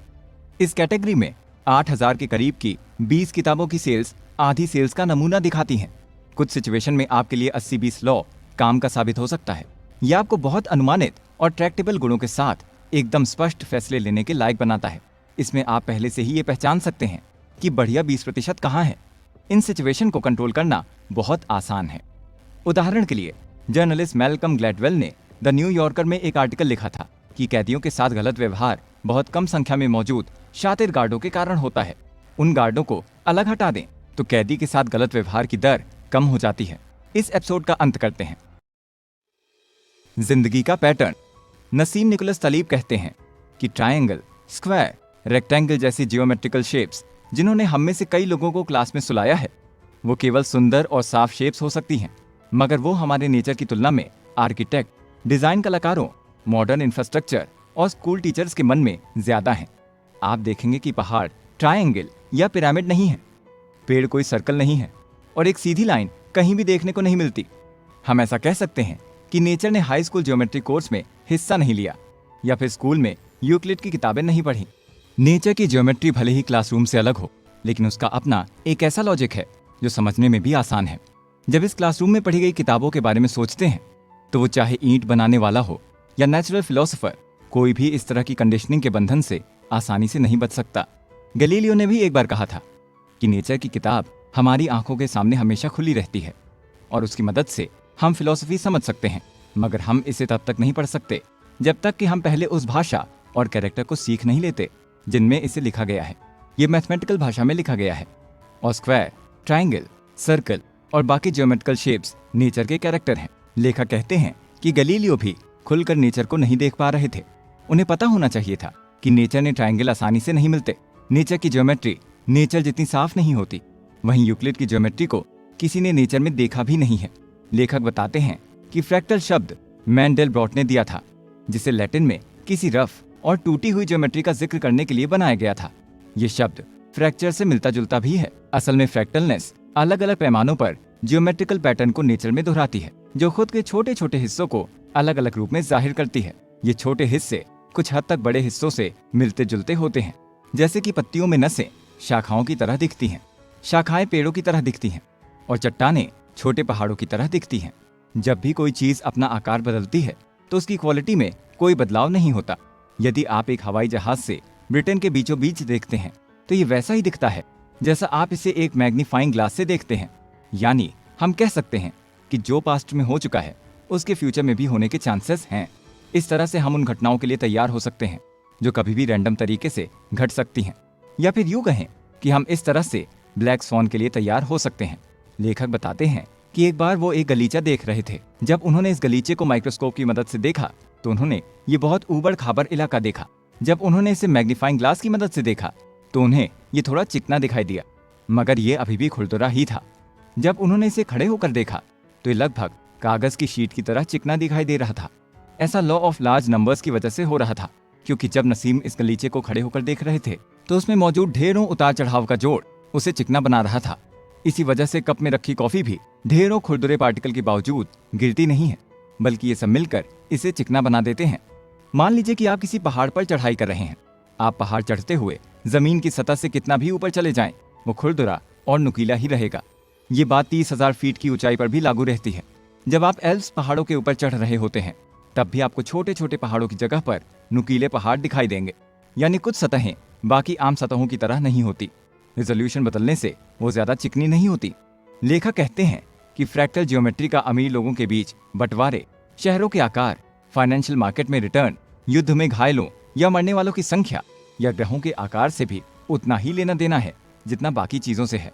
बात यह है कि फ्रैक्टल में स्कॉलर स्टैटिस्टिकल मेजर होते हैं जो कुछ हद तक चीजों के रेशियो को एक जैसा रखते हैं। हालांकि गॉसियन स्टैटिस्टिक्स में इसका उल्टा होता है। अब आगे बढ़ते हैं एक नए एपिसोड की ओर, जहां हम जानेंगे कि आखिर जिंदगी में इतनी भागदौड़ के बाद क्या मायने रखता है। लेखक कहते हैं कि ग्रेटर अनसर्टेनिटी प्रिंसिपल बताता है कि क्वांटम फिजिक्स में कोई किसी वैल्यू के जोड़े को मेजर नहीं कर सकता। जिस तरह पार्टिकल सिचुएशन और स्पीड नापी जा सकती है, इसमें आप मेजरमेंट की निचली सीमा से टकराएंगे। आप एक के मेजरमेंट में जो सटीकता हासिल करते हैं वो आप दूसरे के मेजरमेंट में खो देते हैं। तो ये अनिश्चितता साइंस को झुठला देती है और हमेशा अनिश्चित बनी रहती है। इस मिनिमम अनसर्टेनिटी की खोज सन 1927 में वर्नर हाइजेनबर्ग ने की थी। लेखक को अनसर्टेनिटी प्रिंसिपल को अनिश्चितता के रूप में पेश करना बहुत फनी लगता है, क्योंकि सबसे पहले ये अनिश्चितता आमतौर पर गायब हो जाती है। याद रखें कि किसी एक इंसान का वजन 1000 लोगों के कुल वजन में कोई खास बदलाव नहीं लाएगा। हम छोटे पार्टिकल के फ्यूचर की सिचुएशन के बारे में हमेशा अनिश्चित रह सकते हैं, लेकिन ये अनिश्चितताएं बहुत छोटी और बहुत अधिक हैं। बाकी तरह की ज्यादातर रैंडमनेस एवरेज रिजल्ट नहीं देती। अगर इस प्लेनेट पर एक चीज है जो इतनी अनिश्चित नहीं है तो वो सब एटॉमिक पार्टिकल्स के जोड़ का व्यवहार है। क्योंकि जब आप पार्टिकल के जोड़ से बनी किसी चीज को देखते हैं तो पार्टिकल्स का उतार चढ़ाव संतुलित हो जाता है, मगर राजनीतिक, सामाजिक और मौसम की घटनाओं में ये बात फिट नहीं बैठती और हम साफ तौर से उनकी प्रेडिक्शन नहीं कर सकते। इसलिए जब आप किसी एक्सपर्ट को सब एटॉमिक पार्टिकल्स के मामले में अनिश्चितता की समस्याओं को पेश करते हुए सुनते हैं तो इस बात के चांसेस हैं कि उस एक्सपर्ट की नॉलेज कम है। असल में ये किसी एक्सपर्ट की नॉलेज का पता लगाने का सबसे अच्छा तरीका हो सकता है। लेखक अक्सर लोगों को ये कहते हुए सुनते हैं कि हमारे ज्ञान की सीमाएं हैं, मगर फिर भी वो ग्रेटर अनसर्टेनिटी प्रिंसिपल की मांग करते हैं, क्योंकि वो ये समझाने की कोशिश करते हैं कि हम सब एक मॉडल से नहीं समझ सकते।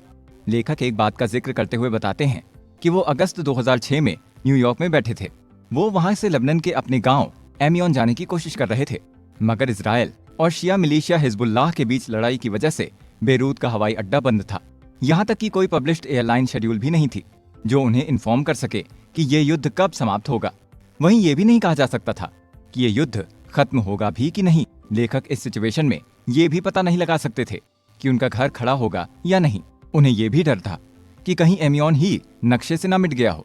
लेखक ये भी पता नहीं लगा सकते थे कि इस युद्ध का फ्यूचर क्या होने वाला था। क्या युद्ध की सिचुएशन और भी सीरियस हो सकती है? उनके मन में बार बार यही सवाल चल रहा था। युद्ध के नतीजे को देखते हुए उनके सभी रिश्तेदार दोस्तों के प्रॉपर्टी की जंग की चपेट में आने के कारण उन्हें अपनी नॉलेज की लिमिट का सामना करना पड़ रहा था। ऐसे में उनके लिए सब एटॉमिक पार्टिकल की चिंता करना बेमानी था। वो सोच रहे थे कि लोग ये तक नहीं जानते कि वो अपने नए सामान के साथ कब तक खुश रहेंगे, उनकी शादी कब तक चलेगी या उनकी नई जॉब कैसी होगी। फिर भी लोगों को सब एटॉमिक पार्टिकल्स की सिचुएशन का पता न लगा पाना अपनी लिमिट लगता था। लेखक कहते हैं कि जो लोग डॉलर के बजाय चंद सिक्कों की चिंता करते हैं वो समाज के लिए खतरनाक हो सकते हैं। उनका मकसद भले ही अच्छा हो, लेकिन वो हमारे लिए खतरा है। वो छोटी छोटी चीजों पर ध्यान लगाकर अनिश्चितता की हमारी रिसर्च को बर्बाद कर रहे हैं। हमारे रिसोर्स बेहद सीमित हैं, या ये कहें बहुत ही ज्यादा सीमित हैं। जो लोग हमारा छोटी छोटी चीजों की ओर ध्यान भटकाते हैं उनसे ब्लैक स्वॉन का खतरा बढ़ जाता है। लेखक एक बार कुछ ऐसे फाइनेंशियल इकोनॉमिस्ट से मिले जो अपने फिलोसॉफिकल विचारों से अनसर्टेनिटी पर अपनी राय रखते थे। ऐसे ही एक व्यक्ति ने फिलोसॉफी में अपनी पीएचडी की और फिर 4 साल बाद फाइनेंस में भी पीएचडी की। दोनों ही फील्ड में उसके कई पेपर पब्लिश हुए, साथ ही साथ फाइनेंस की कई किताबें भी उसके नाम से पब्लिश हुई। मगर लेखक उससे मिलकर निराश हुए। उन्हें ऐसा लगता था कि उसने अनिश्चितता पर अपने विचारों को अलग अलग बांट दिया था, जिससे उसके 2 अलग अलग प्रोफेशन हो, फिलोसॉफी और फाइनेंस। वो फाइनेंस के रूल्स की वजह से हो रही समस्याओं को नजरअंदाज कर रहा था। उसकी ढेरों किताबों ने स्टूडेंट्स को फाइनेंस को उन्हीं रूल्स की मदद से आसान बनाया था, मगर वो फाइनेंस पढ़ाते हुए ये भूल जाता था कि वो एक फिलोसोफर भी है। जब उसे ये याद आता तो वो फिलोसॉफी की किताबें लिखना शुरू कर देता था। लेखक कहते हैं कि दरअसल फिलोसोफर इसलिए भी खतरनाक होते हैं क्योंकि वो एक ठहरे हुए प्रोफेशन में हमारी सोचने समझने की ताकत को खर्च करना चाहते हैं। ये लोग ऐसी चीजों पर अपने और हमारे विचार खर्च करते हैं जहां पर सोचने की कोई जरूरत ही नहीं है, और जब ये इन विषयों पर बात करते हैं तो दिमाग का इस्तेमाल करना ही भूल जाते हैं। लेखक कहते हैं कि उन्होंने इस सोच को काफी मेहनत से लोगों के मन में जगह दिलवाई है कि एक प्रैक्टिस करने वाले इंसान होने के नाते आप किताबों से समस्याओं की ओर रुख नहीं कर सकते, बल्कि इसके उलट आप समस्याओं से किताबों तक जा सकते हैं। ये नजरिया उस करियर निर्माण क्रिया के ज्यादातर हिस्से को खराब करता है। जैसा कि मशहूर फिलोसोफर डैनियल डेनेट द्वारा मजाक में कहा गया था कि एक स्कॉलर को दूसरी लाइब्रेरी बनाने के लिए एक लाइब्रेरी का हिस्सा बनकर नहीं रहना चाहिए। कहा जा सकता है कि असली फिलोसॉफिकल समस्याएं हमेशा फिलोसॉफी के बाहर होती हैं, और अगर इसकी जड़ें सड़ जाती हैं तो वो मर जाती हैं। वहीं ऐसी जड़ों को फिलोसोफर द्वारा आसानी से भुला दिया जाता है, जो गैर फिलोसॉफिकल समस्याओं के दबाव से फिलोसॉफी में जाने के बजाय उसे पढ़ना पसंद करते हैं। लेखक कहते हैं कि कुछ चीजें ऐसी हैं जिन पर उनका जोर नहीं है, जैसे वो कल सूरज को उगने से रोकने के लिए कुछ नहीं कर सकते, चाहे वो कितनी भी कोशिश कर लें। वो इस बारे में भी कुछ नहीं कर सकते कि मरने के बाद कोई जिंदगी होती है या नहीं। इसके अलावा वो मंगल ग्रह के लोगों या राक्षसों के उनके दिमाग पर कब्जा करने के बारे में भी कुछ नहीं कर सकते। इसीलिए उन्होंने ऐसी चीजों के बारे में सोचना ही छोड़ दिया है। मगर फिर भी उनके पास जिंदगी में बेइज्जती से बचने के कई तरीके हैं जो ज्यादा कठिन नहीं हैं। लेखक सलाह देते हुए कहते हैं कि इंसान को इस बात पर ध्यान देना चाहिए कि उसे क्या करना है, ना कि इस बात पर कि उसे क्या सोचना है। इसके साथ ही उसे अपनी नॉलेज को काम में बदलने का तरीका भी पता होना चाहिए। इस एपिसोड का यहीं अंत करते हैं। आगे बढ़ते हैं एक नए एपिसोड की ओर, जहां हम जानेंगे कि जिंदगी में इतने दुख दर्द के बावजूद हमारा पैदा होना भी किसी चमत्कार से कम नहीं है। जिंदगी को बोलो thank you. Naseem Nicholas Talib कहते हैं कि मैं अपनी जिंदगी में आधा समय एक ऐसा इंसान बनकर रहा हूं जो अपने ही एक्सपीरियंस को झूठ समझता आया है। वहीं मैंने अपनी जिंदगी बहुत जिद्दी नेचर के कारण निश्चितताओं में गुजारी है। वो कहते हैं कि निश्चित रूप से वो हाइपर स्केप्टिक हैं, लेकिन जिन्हें वो फेक कहते हैं वो इतने भोले हैं कि उनका भोलापन देखकर भी शक होता है। वो कहते हैं कि उन्हें कभी कभी चीजों की कंफर्मेशन में भी शक होता है, लेकिन सिर्फ तब जब गलतियां करना महंगा हो। बहुत सारा डेटा होने से कोई चीज कंफर्म नहीं होती, लेकिन एक भी उदाहरण किसी चीज को ना स्वीकार करने के लिए काफी होता है। उन्हें कभी कभी रैंडमनेस के बहुत ही साधारण होने पर भी शक होता है, हालांकि ये सिर्फ तब होता है जब रैंडमनेस बहुत ही छोटे दर्जे की हो। लेखक कहते हैं कि आधा समय वो ब्लैक स्वॉन से नफरत करते हैं और बाकी समय वो उनसे प्यार करते हैं। उन्हें रैंडमनेस इसीलिए भी पसंद है क्योंकि ये जिंदगी की बनावट कुछ अच्छी घटनाओं और कुछ ऐसी गिफ्ट्स जिनकी हमें कीमत नहीं चुकानी पड़ती हमारी जिंदगी में लाती है। नसीम निकोलस तलीब का मानना है कि वो आधे समय अपने मामलों को सुलझाने में बहुत ही पुराने आइडिया से काम चलाते हैं, तो वहीं बाकी की बची आधी समस्याओं को सुलझाने में वो आक्रामक हो जाते हैं। ये भले ही लोगों को असाधारण ना लगे, लेकिन वो पुराने आइडियाज से उन्हीं समस्याओं को हल करते हैं जहां लोग उन्हें थोड़ा सा रिस्क लेने के लिए कहते हैं। इसी तरह उनकी आक्रामकता उन समस्याओं पर लागू होती है जहां बाकी लोग सावधानी बरतने की सलाह देते हैं। नसीम निकोलस तलीब छोटी असफलताओं के बारे में कम चिंता करते हैं, लेकिन बड़ी असफलताओं जिनकी होने की उम्मीद ज्यादा है उसकी चिंता उनको ज्यादा सताती है। उन्हें जोखिम भरे शेयर के मुकाबले ऐसे स्टॉक्स की चिंता ज्यादा होती है जिनसे रिटर्न की गारंटी होती है, जैसे ब्लू चिप स्टॉक। उनका मानना है कि जहां ब्लू चिप स्टॉक में रिस्क दिखाई नहीं देता, तो वहीं जोखिम भरे स्टॉक्स में कुछ भी सरप्राइज इसलिए नहीं लगता क्योंकि हमें पता होता है कि वो कितने अस्थिर हैं और छोटे से इन्वेस्टमेंट से हमारी सीमा को सीमित कर सकते हैं। नसीम निकोलस तलीब कहते हैं कि वो उन रिस्क की ज्यादा चिंता करते हैं जो सनसनीखेज हैं और साफ साफ देखे जा सकते हैं। जो रिस्क छुपे होते हैं उनके बारे में वो कम ही चिंता करते हैं। वो डायबिटीज की तुलना में आतंकवाद के बारे में कम चिंता करते हैं। वो उन मामलों के बारे में कम चिंता करते हैं जिनके बारे में लोग आमतौर पर ज्यादा चिंता करते हैं, क्योंकि ये साफ तौर पर वो चिंताएं हैं जो हमारी समझ और कंट्रोल से बाहर हैं। लेकिन उन्हें इनकी चिंता भी रहती ही है। वो ये भी स्वीकार करते हैं कि वो बहुत चिंता नहीं करते, वो सिर्फ कोशिश करते हैं। वो सिर्फ उन मामलों के बारे में चिंता करते हैं जिनमें कुछ किया जा सकता है। वो कहते हैं कि उन्हें मौका खोने की तुलना में शर्मिंदगी के बारे में कम चिंता है। नसीम निकोलस तलीब अपना फैसला लेने का रूल समझाते हुए कहते हैं कि जब उन्हें किसी पॉजिटिव ब्लैक स्वॉन के संपर्क में आने की उम्मीद होती है तो वो बहुत आक्रामक हो जाते हैं, यानी तब जब असफलता थोड़ी ही देर के लिए होती है। वहीं जब उन्हें एक नेगेटिव ब्लैक स्वॉन से खतरा होता है तो वो बहुत पुराने आइडियाज आजमाने लगते हैं। वो उस समय बहुत आक्रामक हो जाते हैं जब किसी मॉडल में कोई गलती उन्हें फायदा पहुंचाती हुई दिखती है, मगर जब गलती से चोट पहुंचने की उम्मीद होती है तो वो पागल हो जाते हैं। ऐसा करना बहुत दिलचस्प तो नहीं हो सकता, सिवाय इसके कि ये बाकी लोग नहीं करते हैं। उदाहरण के लिए फाइनेंस में लोग अपने रिस्क को मैनेज करने के लिए छोटे छोटे प्रिंसिपल्स का इस्तेमाल करते हैं और थोड़ा लीक से अलग होने वाले आइडियाज को बार बार टेस्ट करने के लिए छोड़ देते हैं। नसीम निकोलस तलीब कहते हैं कि आधा समय वो अक्लमंद हैं और बाकी समय वो एक इंसान बन जाते हैं जो कुछ भी सोच समझ कर नहीं करता। वो एकेडमिक्स के मामलों में बेकार और प्रैक्टिकल राय रखते हैं और जब प्रैक्टिस की बात आती है तो वो प्रैक्टिकल बन जाते हैं। वहीं आधा समय वो छोटी सोच रखते हैं और बाकी समय वो इस सोच से बचना चाहते हैं। जब खूबसूरती की बात आती है तो वो बहुत छोटी सोच से घिर जाते हैं, लेकिन रिस्क और रिटर्न के मामले में वो इस सोच से बचने की कोशिश करते हैं। उनके लिए अपने आसपास की खूबसूरती का एहसास कविता को कहानी से पहले, ग्रीक को रोमन से पहले, इज्जत को शर्म से पहले, संस्कृति से पहले शर्म, ज्ञान से पहले रिवाज, अक्ल से पहले ज्ञान और सच से पहले बुद्धि को रखने में मदद से होता है। मगर ये केवल उन मामलों के लिए है जो ब्लैक स्वॉन से आजाद हैं। हमारा नेचर बहुत ही लॉजिकल है, लेकिन जब ब्लैक स्वॉन की बात आती है तब ऐसा नहीं होता है। नसीम निकोलस तलीब अपनी जिंदगी में मिली एक सलाह का जिक्र करते हुए कहते हैं कि उन्हें एक बार जिंदगी बदलने वाली सलाह मिली जो उन्हें पहले मिल चुकी सलाहों के उलट थी।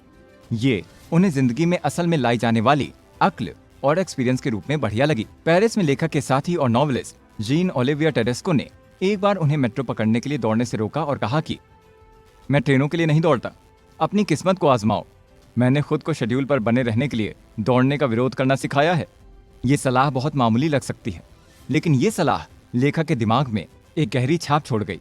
ट्रेनों को पकड़ने के लिए दौड़ने से इनकार करते हुए लेखक ने अपने व्यवहार में मर्यादा और खूबसूरती के असली मायने और अपने समय, अपने शेड्यूल और अपनी जिंदगी के कंट्रोल में होने की भावना को महसूस किया।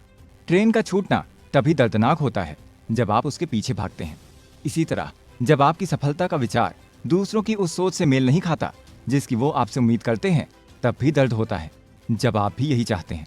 अगर आप अपनी पसंद से ऐसा करते हैं तो आप चूहे की दौड़ से ऊपर खड़े होते हैं, इसके बाहर नहीं। किसी ज्यादा इनकम वाली जॉब को छोड़ना अगर आपका फैसला है तो ये फैसला जिंदगी में शामिल पैसे के इस्तेमाल से बेहतर मालूम होगा।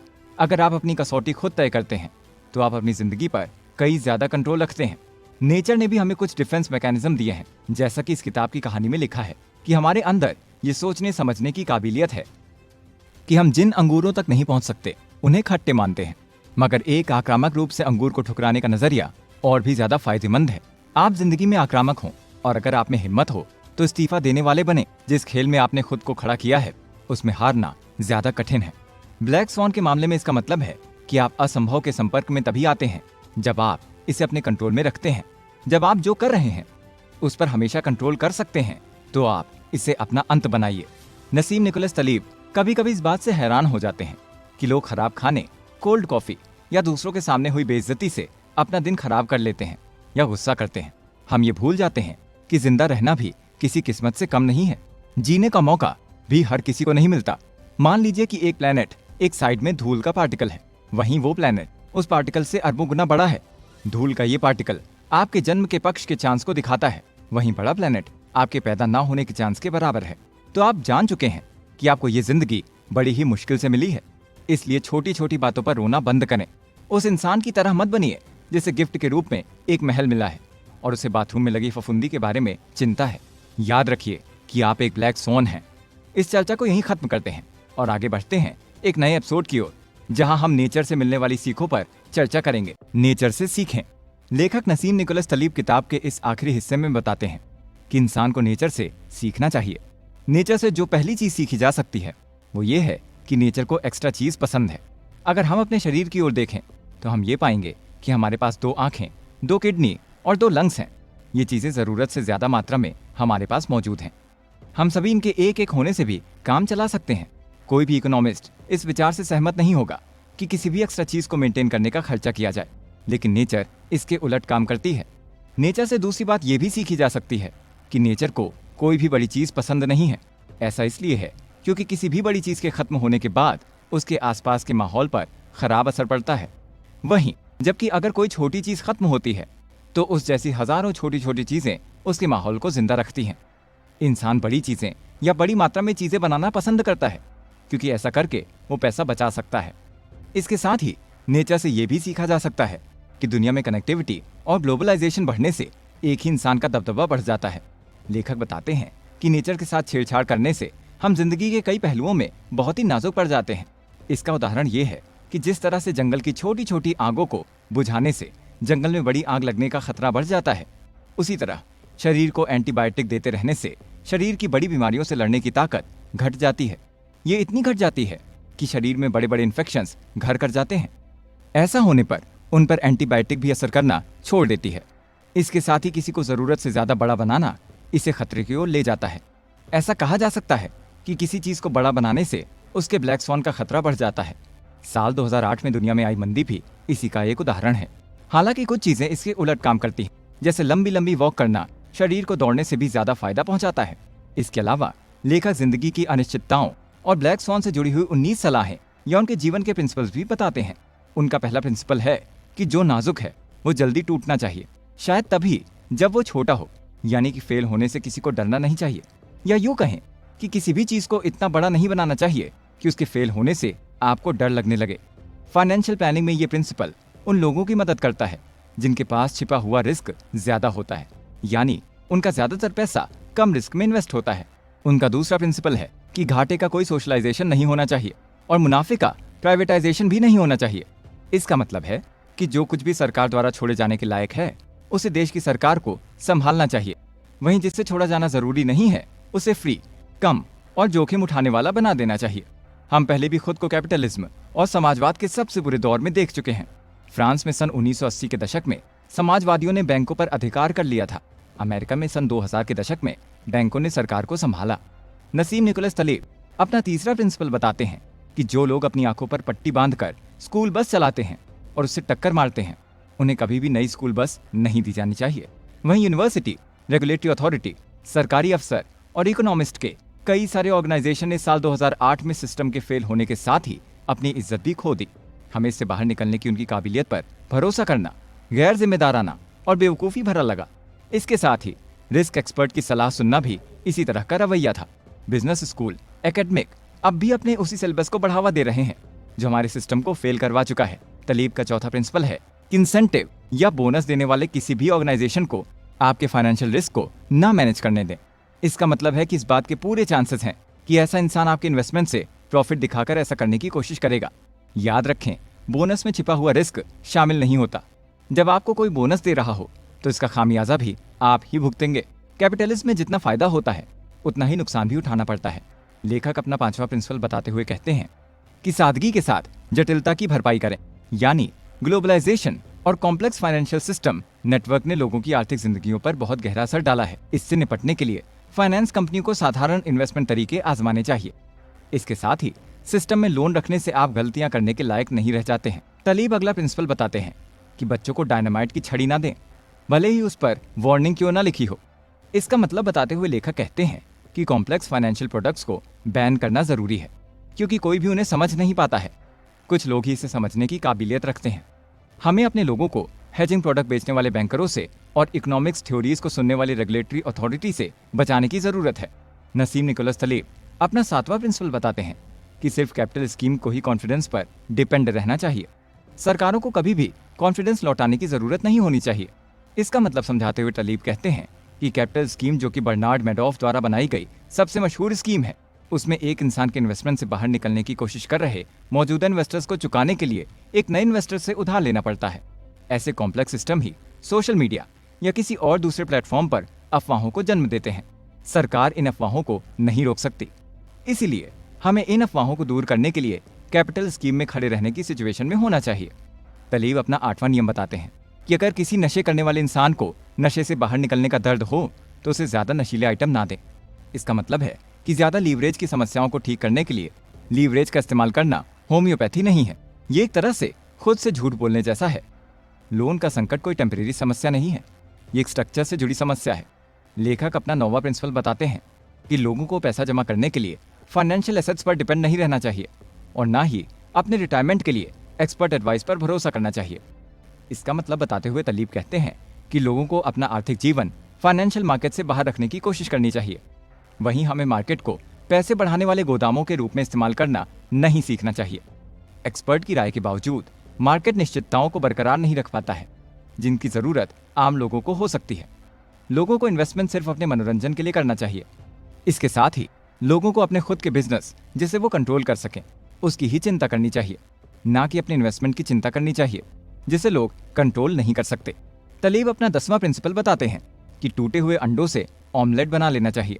इसका मतलब बताते हुए उन्होंने कहा है कि साल 2008 का संकट टेम्परेरी मरम्मत के साथ ठीक करने में कोई समस्या नहीं थी। एक सड़े हुए ढांचे वाली नाव को किसी भी मटेरियल पैच के साथ ठीक किया जा सकता है, मगर हमें नए पतवार को नए और मजबूत मटेरियल के साथ फिर से बनाकर खड़ा करने की जरूरत है। ऐसा करने से पहले हमें सिस्टम को फिर से बनाना होगा। ऐसा करके हम अपनी इच्छा से एक मजबूत इकोनॉमी की ओर आगे बढ़ सकते हैं। इसके लिए हमें पहले सिस्टम को तोड़ने की जरूरत है। जैसे पहले अपने लोन को इक्विटी में बदलिए। बिजनेस स्कूलों और इकोनॉमिस्ट ऑर्गेनाइजेशंस की ज्यादा मत सुनिए। इकोनॉमिक्स में नोबेल प्राइज देना बंद कीजिए। लीवरेज बायआउट्स पर बैन लगाइए। बैंकरों को वहीं तक सीमित रखिए जहां उनकी जरूरत है। तब जाकर हम अपने आसपास के नेचर और माहौल के करीब एक नया आर्थिक जीवन देखेंगे, जहां पर छोटी फर्में, एक अच्छा माहौल, कोई सट्टा जैसा लीवरेज या एक ऐसी दुनिया जिसमें बैंकर नहीं बल्कि एंटरप्रेन्योर रिस्क लेंगे, जहां हर दिन बिना किसी रिस्क की कंपनियां बनेंगी और डूब जाएंगी, लेकिन कोई खबर न्यूज़पेपर में नहीं आएगी। कंक्लूजन, हम सब की जिंदगी में कुछ ऐसी घटनाएं जरूर घटती हैं जो हम पर गहरा असर करती हैं, मगर ये घटनाएं इतनी अचानक घटती हैं कि उनके लिए हम तैयार ही नहीं हो पाते और फिर उसकी सजा हमें भुगतनी पड़ती है। सजा ना सही, लेकिन नुकसान तो झेलना ही पड़ता है। ऐसी घटनाओं के लिए हमें पहले से तैयार रहना चाहिए।